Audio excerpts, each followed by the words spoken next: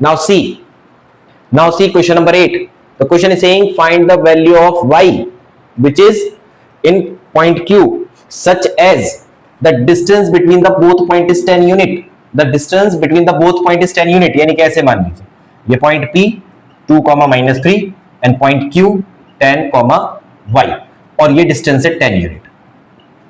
ठीक है, तब हम PQ की वैल्यू लिख देते हैं. PQ is equal to 10 unit and the PQ is what? PQ is what? We will find that using distance formula.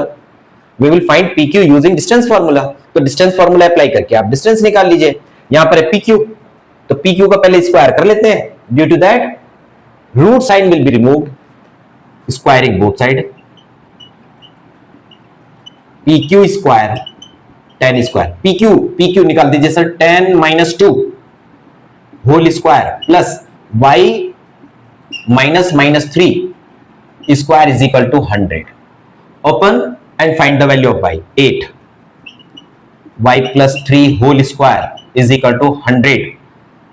y plus 3 whole square is equal to 100 minus 8 8 जा 64. देखिए 8 स्क्वायर है, 8 8 जा 64. Transfer करेंगे minus, कितना बचता है sir? 64 36. y plus 3 whole square, y plus 3 whole square is equal to, whole square है ना, स्क्वायर हटा दीजिए और रूट लगा दीजिए. रूट 36. ये क्या बनता है? y plus 3 is equal to 36. 36 होता है 6 6 जा 36. 6 6 के दो पेयर बनते हैं यानी 6 आएगा. 6 आएगा. ठीक है, करेक्ट है. बट यहां पर हम क्या करेंगे? Here we want to find the coordinate या वैल्यू ऑफ y. तो value of y may be in positive और negative. And the rule is this: when you will calculate root sign, then you always take plus minus sign before that. तो plus और minus कई बार हम नहीं लगाते हैं. cos plus minus नहीं लगाते हैं. cos is this: डिस्टेंस कभी निगेटिव नहीं होगी, स्पीड निगेटिव नहीं होगी, एज निगेटिव नहीं होगी, and very many more conditions are there.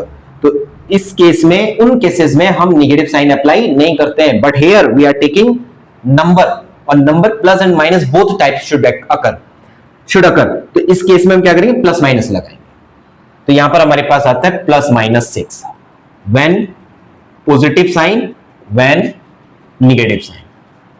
y + 3 = 6 and y + 3 = -6. Calculate करते हैं. y = 6 - 3, y = 3 and y = -6 - 3, y = -9. Therefore value of y be 3 और -9. ये दोनों वैल्यूज हमारी करेक्ट हो जाएंगी.